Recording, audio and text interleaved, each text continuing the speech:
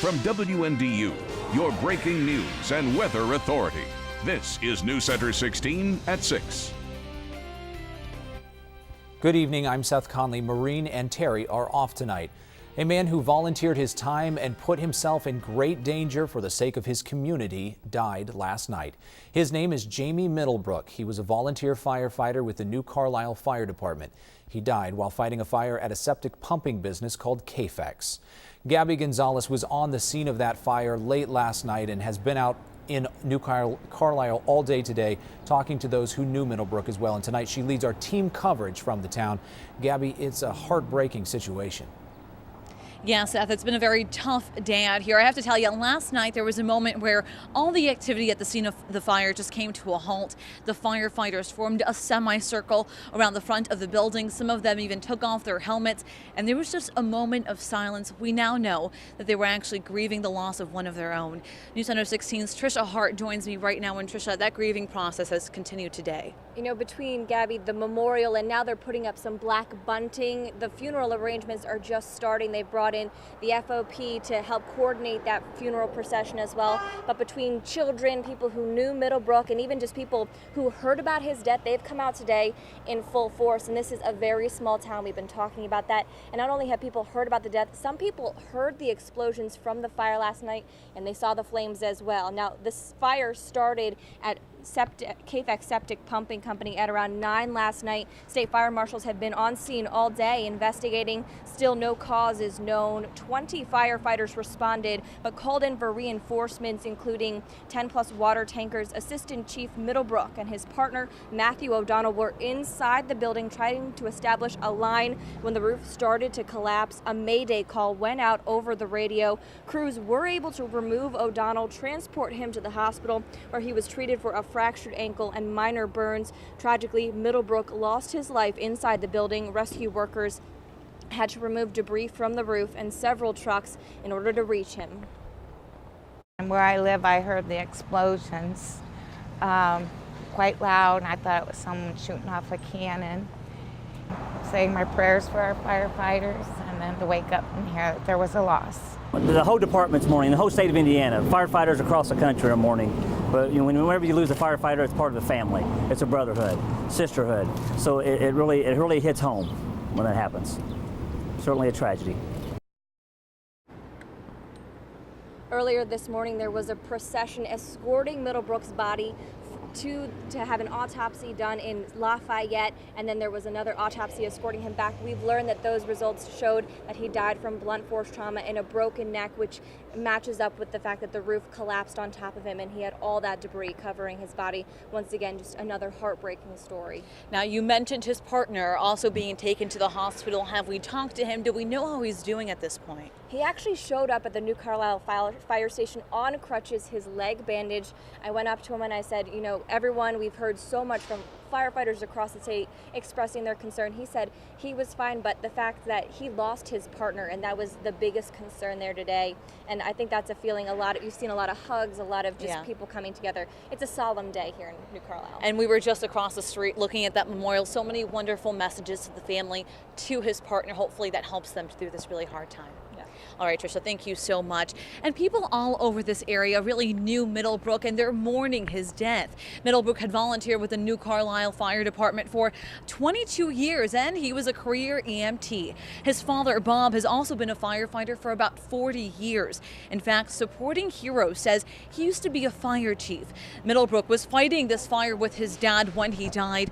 Those who knew Middlebrook tell us he had a passion to help people, and it simply ran through his blood. We spoke with two of Middlebrook's teachers today, and they say growing up with Middlebrook always had a lot of spunk, that he was very energetic and always wanted people to be happy. They say as an adult, he devoted himself to the community and to helping others. I would thank him for being, he was always cheerful when you saw him, always had a smile on his face, always kind of upbeat about things, and I think he lived his life with a purpose, and it was clear that he was doing things he liked to do, and after what he had been through, he deserved that. Some very touching words right there. And News Center 16's Megan Hickey joins me now. And Megan, when I got back to the station last night about 3 a.m., people were already changing their profile pictures on social media to the new Carlisle Fire Department emblem with a line through it as a way to show their respects for Assistant Chief Middlebrook. It's just amazing to see how quickly everyone has really come together for this. You're right, and we have that posted on our WNDU Facebook page as well. It's really just a small sample of the way that this tragedy has affected the community. I was telling you before, this site behind us was really a pilgrimage site for people to bring flowers, banners, balloons, handwritten notes, flags, anything to honor Middlebrook. And a lot of the messages were, calling him a hero. We're saying thank you for your service. Those cards and signs have really taken over the sidewalk at this point. Many said the volunteer firefighter had been a pillar of the community in many ways. Friends tell me that there has been a network of people comforting the family and Jamie's widow in the wake of this tragedy. We kind of don't always think about this. And you take for granted, especially here, this is a volunteer, so it's not people who get paid, it's our family and friends who come here and, they volunteer to help us and to help protect us. Oh, he put up a good fight for everything he did. And the support of his family, helping him through his leukemia. Like I say, he's always a fighter. He went down doing something he very much loved doing.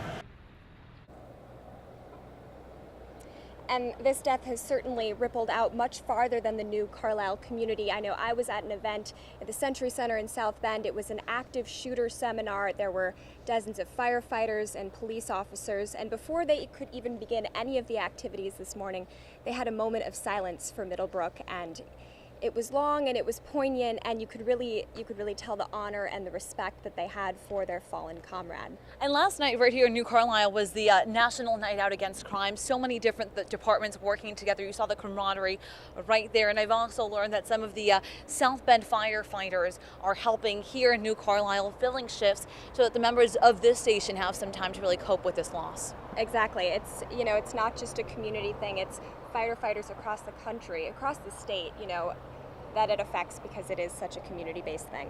All right, Megan, thank you so much for that report. And we also want to update you on that other firefighter that was injured in the fire last night. Trisha Hart mentioned him. He's Middlebrook's partner, actually. Matt O'Donnell. He broke his ankle and also had some minor burns. He was taken to a Michigan City hospital and has since been released and actually stopped by the station here in New Carlisle. Now, our coverage of Assistant Chief Middlebrook's death continues with Seth Conley, who's back at our studios in South Bend. Seth? All right, thanks so much, Gabby, also Trisha and Megan as well, all part of News Center 16's team coverage of this event. And of course, we're going to be continuing to bring you updates on this story as we learn more about the circumstances. Gabby, thank you. You can find all of our stories about Middlebrook and this type of the person that he was by searching his name on our website. It's on WNDU.com. In other news tonight, a police chase ended with gunfire early this morning on the south side of the city. Now South Bend police have their suspect in custody. News Center 16's Sean Gallagher has been covering the story. And Sean, how did this all start? Well, Seth, around 1:30 this morning, police say a white pickup truck owned by a retired police officer was stolen in downtown South Bend. And an hour and a half later, police spotted that truck and began to follow it. 24-year-old Carla Merriweather took off when she realized police were following her, and the chase reached speeds over 100 miles an hour, racing down Main Street and firing shots at police from the truck. The pursuit stopped just south of Chippewa Avenue in front of the post office, and police say the woman pointed a gun and shot at officers again. One officer fired back, but no one was hurt, and police were able to arrest the woman, and she's currently in the St. Joseph County Jail charged with a federal crime. She brandished a gun at one of the officers. The officer fired at her. Nobody was struck. We've recovered the vehicle. We've recovered the gun. We have a very solid case. A lot of good work by the street officers. The job that they did containing the scene and also containing the pursuit. Very good job.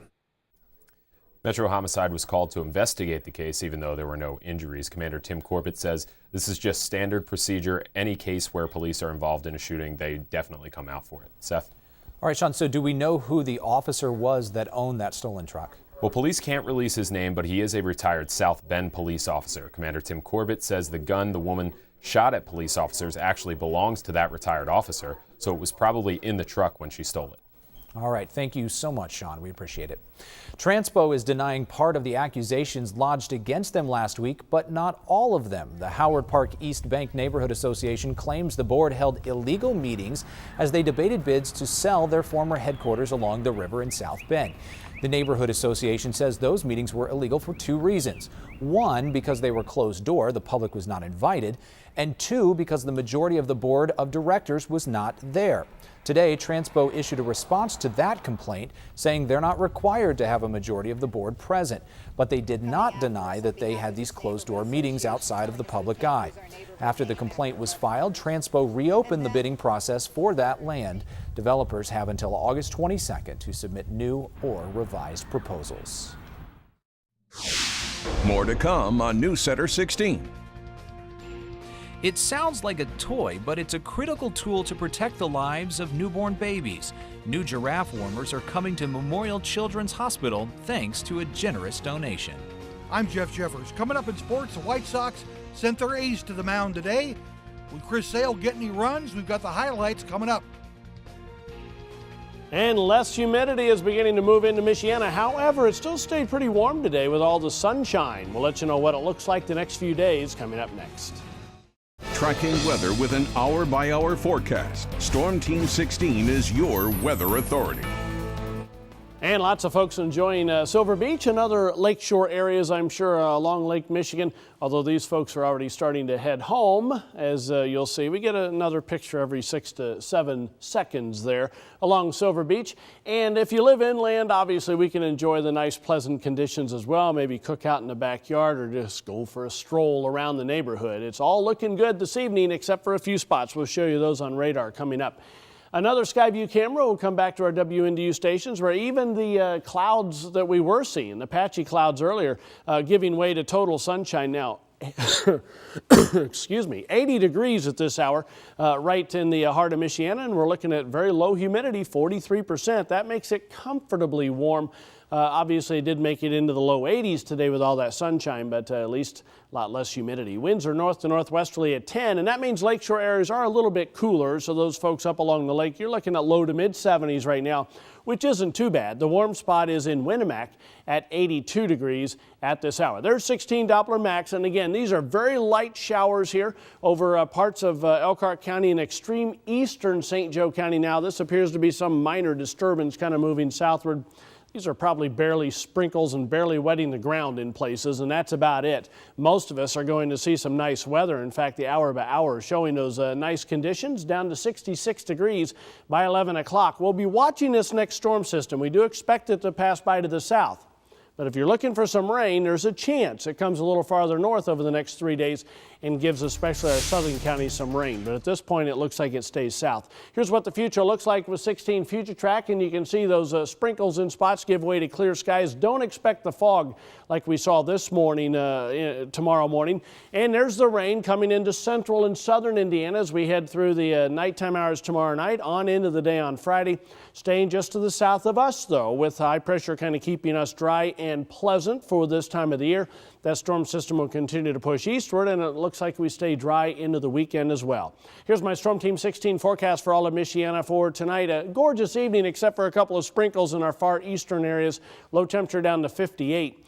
Then for the 7-day planning forecast, cool early tomorrow, otherwise partly sunny, comfortably warm, high of 82. We're going to look at 3 green days in a row, kind of the same each day, partly sunny. Cool again to start Friday, but pleasant in the afternoon, high up to 80. And Saturday, a mixture of sunshine and clouds with the cool conditions early, rather warm in the afternoon, high temperature up to 80 degrees.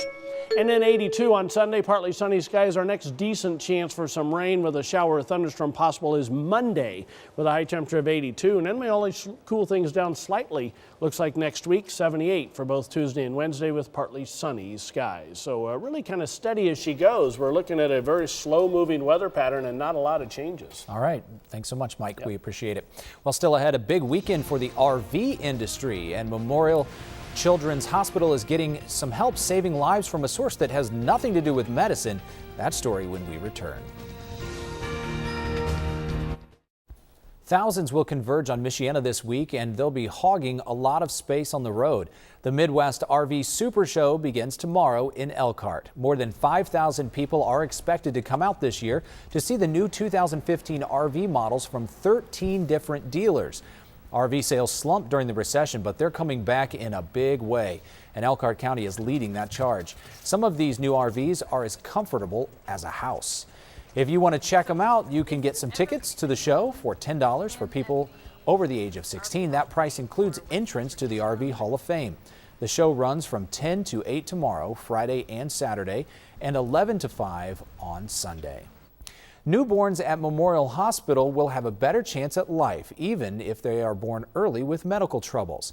It's all thanks to a large donation from the Pokagon Band of Potawatomi Indians. The group presented a check today for $77,500 outside Memorial Hospital. Next to the lectern there, you'll see the device that Memorial will purchase with the new money. It's called a giraffe warmer, and it provides critical care right after the babies are born. With those first few minutes, there's no do-overs. We need to get it right the first time to give that baby the best chance in life, and we have that with this type of warmer. The warmers include respiratory and warming equipment all in one, so doctors and nurses don't have to waste time running around looking for the right gear. Memorial already has 10 giraffe warmers, and the Pokagon Band donation will help them purchase 4 more warmers for the newborns.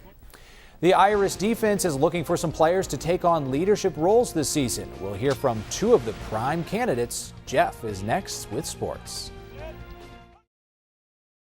News Center 16 Sports with Jeff Jeffers. The Irish football team now midway through its 5-day start to fall camp at Culver Academies. Brian Kelly says he'll announce his starting quarterback when a clear starter emerges. He's also leaving things open as to when he will name team captains. Kelly definitely has 2 candidates at the linebacker position in Jalen Smith and Joe Schmidt. Schmidt, a former walk-on, has really adapted well to new defensive coordinator Brian Van Gorder's system. Many on the team say it's hard to imagine Schmidt being able to be taken off the field. As for Smith, fantastic talent, natural presence and ability to lead, a freshman All-American in 2013. Could a sophomore be named a team captain of the Irish? He's a leader on our football team right now. Whether he gets a C on the jersey, I think that, we'll see how that plays out. But no, I wouldn't say that that's out of the realm of possibility. Not something that I kind of force or anything. It's just, what I desire. And it really just, I feel like, the team needs leaders. And us all on the same page, we can be very successful. I'm always talking. It's one of my goals. One of the things I try to do as a player. But at the same time, it's really important for the guys on the team that are older, that have been here before, to really lead by example, and that's what I'm trying to do every day. The Irish will practice at Culver tomorrow and Friday. Their first practice back on campus is set for Saturday morning. Pads went on for Indiana high school football teams today, including Penn. Kingsman coming off an undefeated regular season, which saw them go all the way to semi-state. Penn graduates a lot of players from that squad, including quarterback Zach Oakley. But head coach Corey Yeoman knows no one will feel sorry for the Kingsmen as they look to reload this year. We always have high expectations around here, and that's the way it's always going to be. We've got big goals, and but the exciting part is it's every senior year's class. It's their new class. It's their new chapter in that book, and that's what's exciting about it, because it does change. But our goals are pretty much the same every year. I've always looked up to Penn football, and finally being a senior and being a role model for everyone in elementary school, just like Discovery and Schmucker and Grissom, it's great. It's just to know that you're a role model and kids that look up to you. Penn starts the season at home facing Valpo on August 22nd. Last night, Cubs heralded rookie Javier Baez, 12th inning, and he gets his first hit. It's a home run here into right field, gave the Cubs the lead in the 6-5 win over the Rockies. Baez 1 for 6 with 3 strikeouts. This afternoon, Chris Sale on the mound for the White Sox, facing the Rangers' Adam Rosales in the second. Rosales takes him deep to right. Watch Adam Eaton. Crashes into the fence, and he is down on the warning track. He would have to leave the game, accompanied by trainer Herm Schneider. Rangers win today over the Sox 3-1. And that will do it for sports. All right, thanks, Jeff. And we'll be back right after this. Stay with us. And we're going to close tonight with a reminder about the local hero who gave his life in service to his community last night. 41-year-old Assistant Fire Chief Jamie Middlebrook died while fighting a massive blaze at KFEX. That's a septic pumping business in New Carlisle. Donations and messages of support have been pouring in for Middlebrook, who volunteered with the department for 22 years. At this point, we don't know what started that fire, but we are keeping in constant contact with investigators as they continue their search for answers. Funeral services have not yet been set either for Middlebrook, but you can follow that, and you can bet that fellow firemen from around the state will be there to thank a fallen hero. We're going to have more on this story, of course, as we continue to cover it today, tonight, online on WNDU.com, and of course tonight again at News Center 16 at 11. And we're so glad that you joined us today, and we'll see you again back here tonight at 11. Have a great night.